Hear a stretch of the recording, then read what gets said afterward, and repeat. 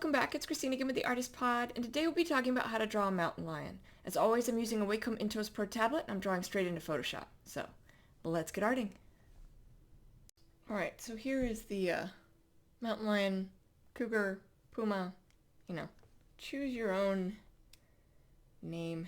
They have the most names of any of the wild cats. So, I've already sketched it out, so we're just going to get started.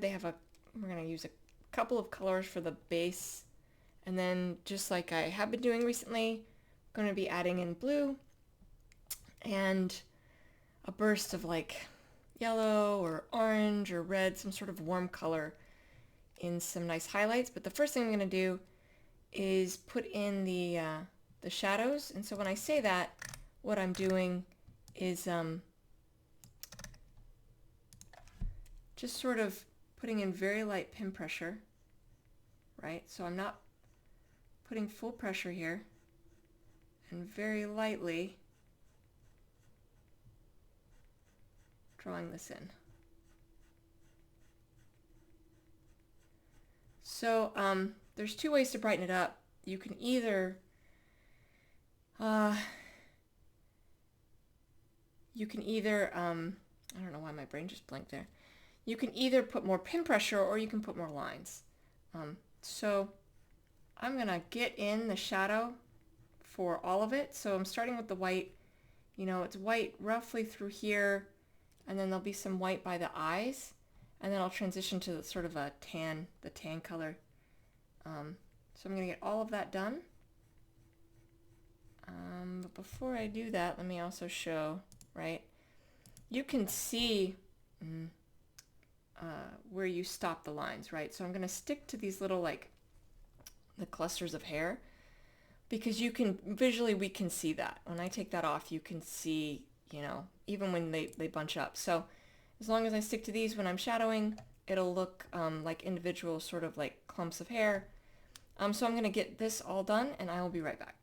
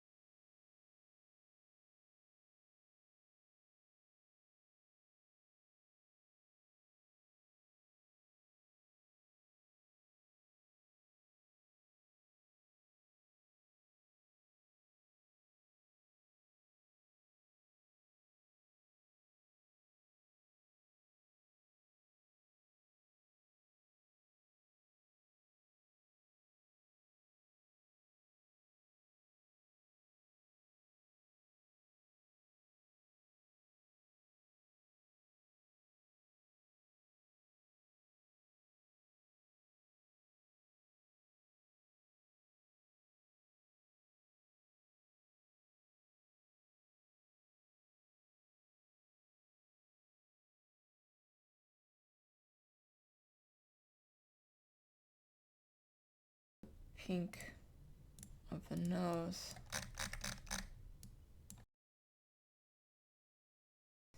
So I'm going to get started with the tan as far as the highlights go. Light source coming from above and to the right. I've actually kind of added preliminary shadows to give myself a sense of what that would look like. Obviously this whole backside is going to be in shadow, so maybe a few strands I'll brighten up, but otherwise it'll be in shadow. So when I'm talking about highlighting, you know, you can, I mentioned earlier, you could either add more lines or more pin pressure. I'm going to probably do a mix of both.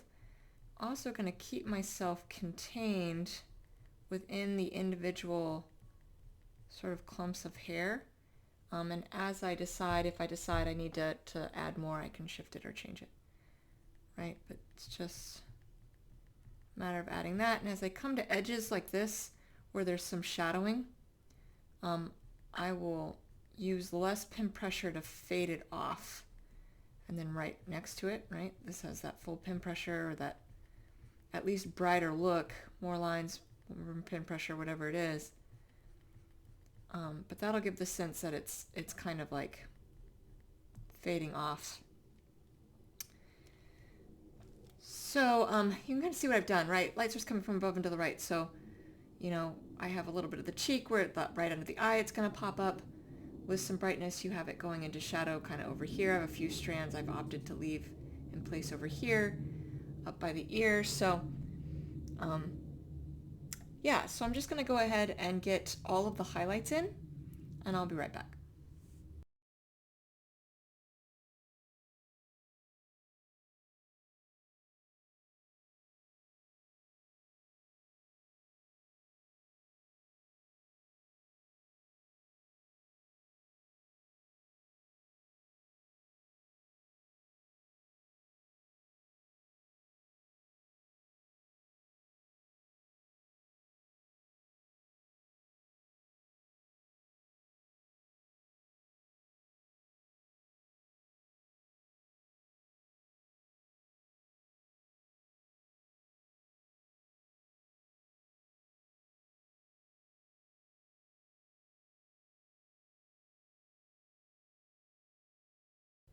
I'm going to do the same thing for the white, right? You can already see it's already blocked off.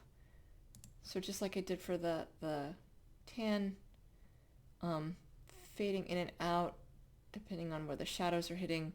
Do that with the white down in the mouth and over the eyes, and then I'm going to draw on the white fluff over the ears. So just like before, right, I just sort of sketched out where the shadow would be. It didn't matter what color the fur was, so that's also already sketched out. So I'm going to go ahead and get the white. It's the same thing that I've already done for the tan, and I will be right back.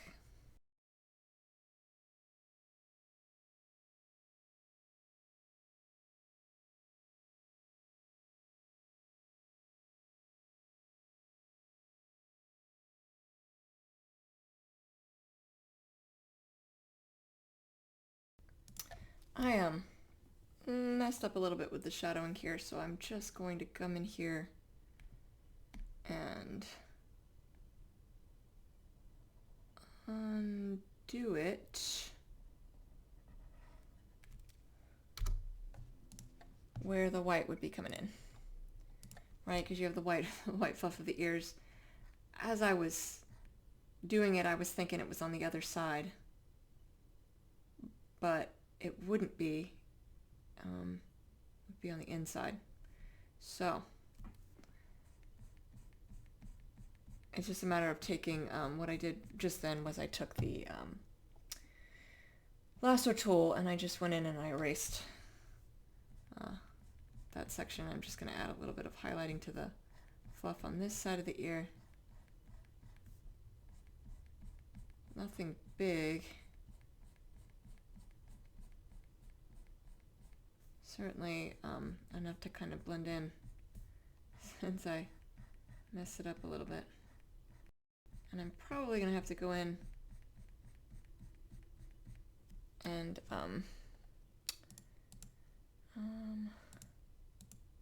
yeah, erase it on this layer too, right? Just taking the lasso tool, once again going up, kind of following where, just on the inside edge of the white, and then erasing that out so that the white can stand on its own. I'm gonna erase that as well. Yeah.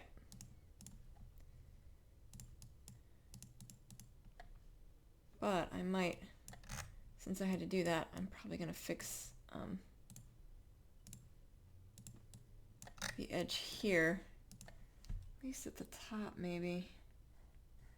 Nothing big.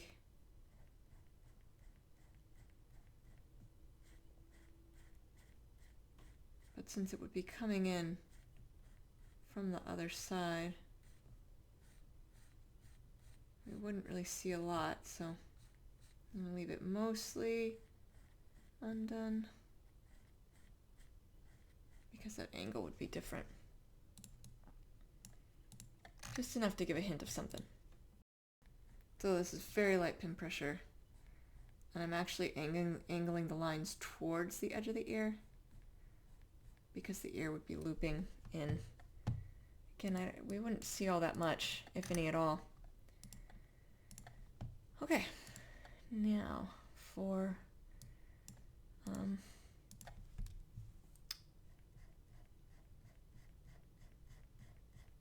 the nose. But first I'm gonna pull a little bit more of this ear. Yeah. Okay. Yeah. Now for the nose, which is that red color.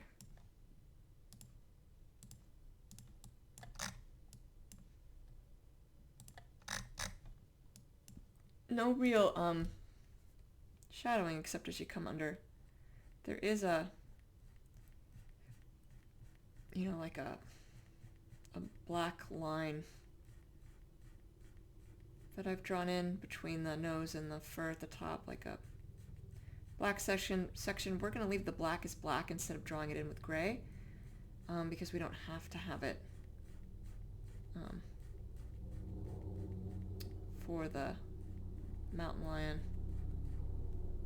There's enough other colors that I'm not going to do it because I don't have to do it. As long as I don't have to, I won't.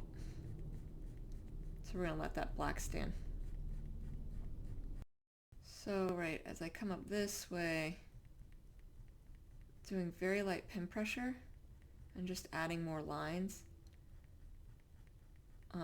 Since the nostril's right down there, we want that to round, but I don't want to brighten it up too much,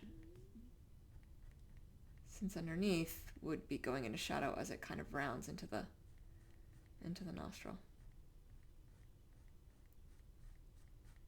Okay.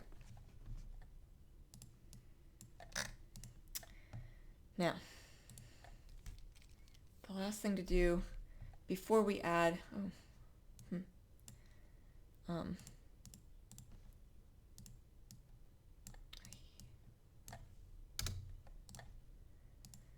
before we add like the blue and the red highlights, is going to be the eyes.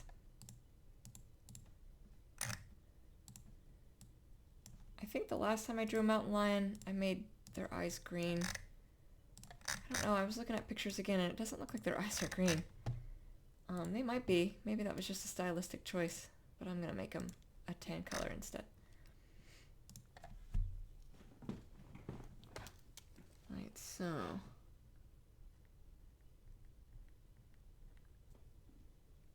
pupil, draw the pupil in first, and then very lightly, very light pin pressure, draw around the edge of the eye.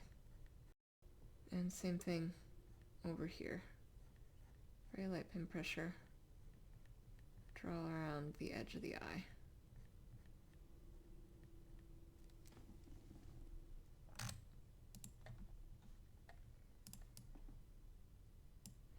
Now we could change where it's looking.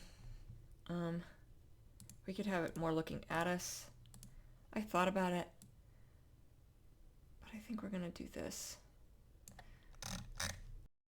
Okay, so now I'm gonna erase out this stray line up here.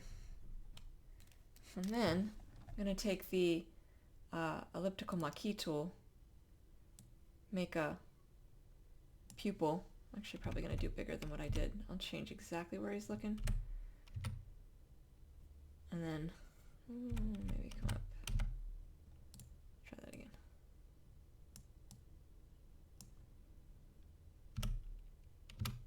Shift his view just a little. Erase that out. Select inverse. And the reason I do that is to fully fill in by the pupil, right? And I usually change the angle of my lines here to make sure I get all the gaps because the eyes are so important.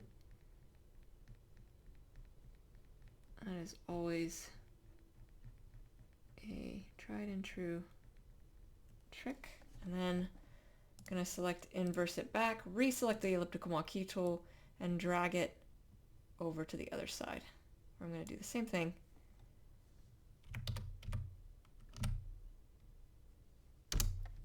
And then likewise inverse it and do the same thing against the pupil. So it's coming in at that different angle. And then I'm just going to deselect. Light coming from above and to the right, so there would be a burst of light against the pupil on the opposite side. And then here we don't have the opposite side, but we do have underneath, right? So that stripes all the way underneath. And then on the same side as the light source, we're going to do that, sort of fill that in with that full pin pressure. And we're going to follow that all the way underneath the eye. That's sort of fully filled in. And then at the edges, taper that off, but make sure it's a nice clean line. At the edge of the pupil, taper that off. At the edge where it's going into shadow up here, we can taper that off. And then over here, it's a little bit more in shadow, but it needs to at least be brighter than above. So if I end up doing the whole like circle, I would brighten up this more than what's above, but I'm going to leave this as black. I think it'll be fine. Maybe add some blue. Right, and then we can really kind of fill in a bit. And then I can make this as bright as I want to by adding more lines. Might do a little bit, actually. Nothing big, just very light pin pressure. The only thing you have to be careful of if you do it that way is sometimes it makes the animal look surprised. And I don't want it to look surprised. Just want it to just sort of blending it better.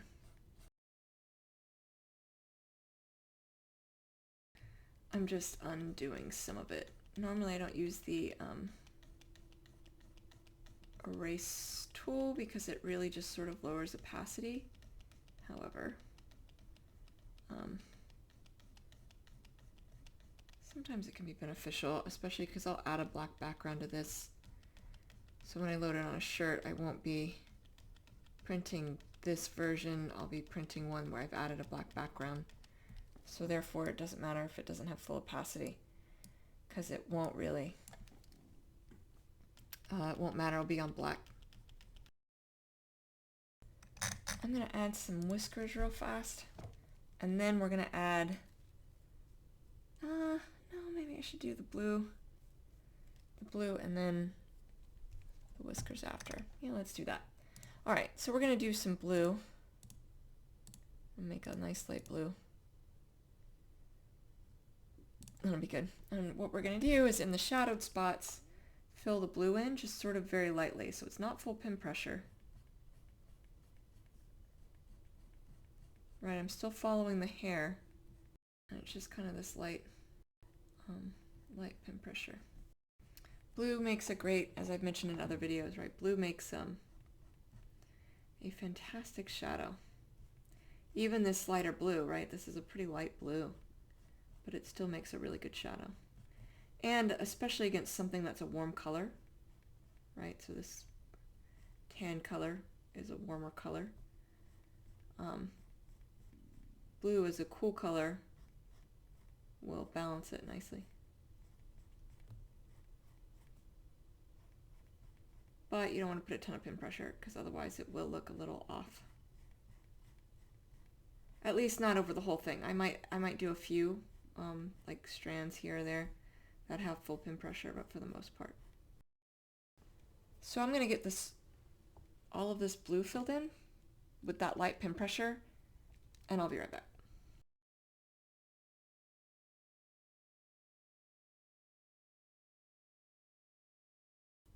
I'm going to put a little bit of blue in between and like highlighted spots, like in between the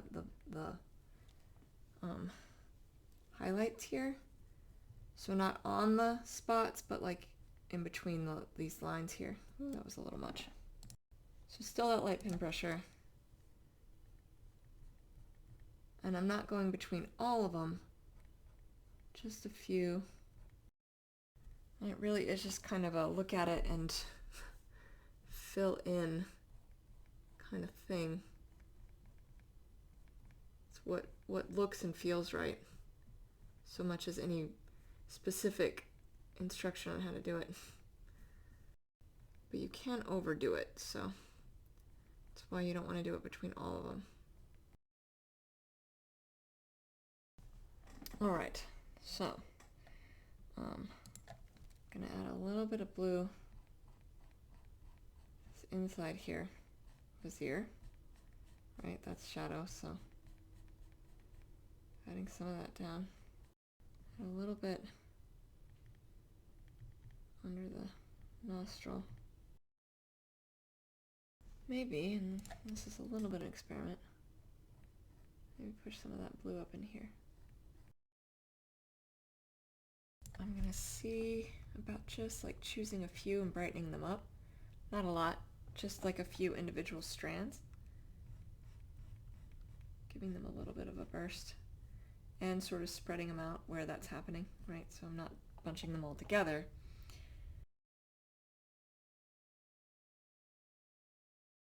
I'm going to add in, I don't know, maybe a red, since the nose is red.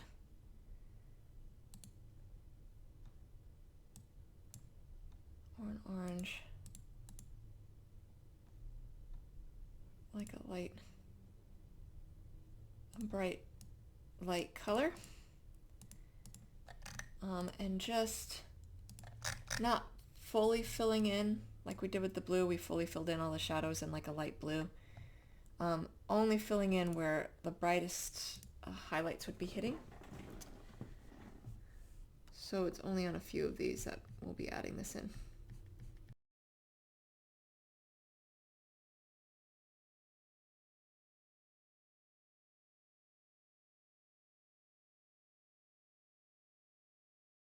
Last thing I'm gonna do is some little like squiggles in the eye with that same color. Let's see if this is too much or not. Do another layer. I'll do this sometimes when I'm not that bright. When you want to add like extra detail to the eye, you can literally just take a lighter color and make some squiggles. Don't pierce the pupil or go outside of the iris, but you just kind of squiggle it. See, that's a little too much. It's just outside. It's nice and quick and easy to do. You can add some nice detail. Okay. So, I'm gonna add some whiskers, and then we're gonna add some light on the top of the eyes, but whiskers, when you're drawing whiskers, you want to draw from the shoulder, light pin pressure. You know, don't put a whole lot. Bunch up a few in the same direction.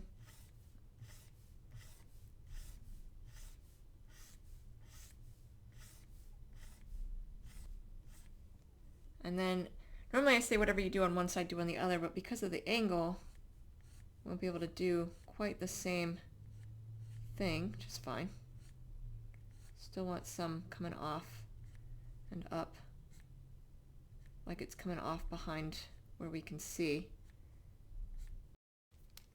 do that and then just fully erase it out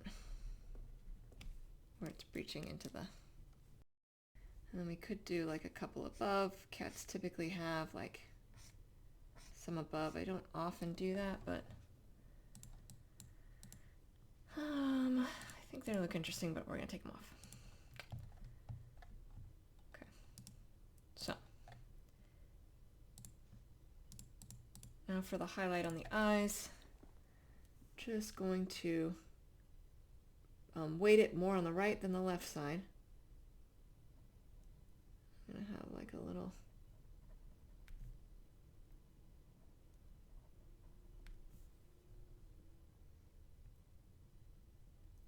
You doing one, doing the other side.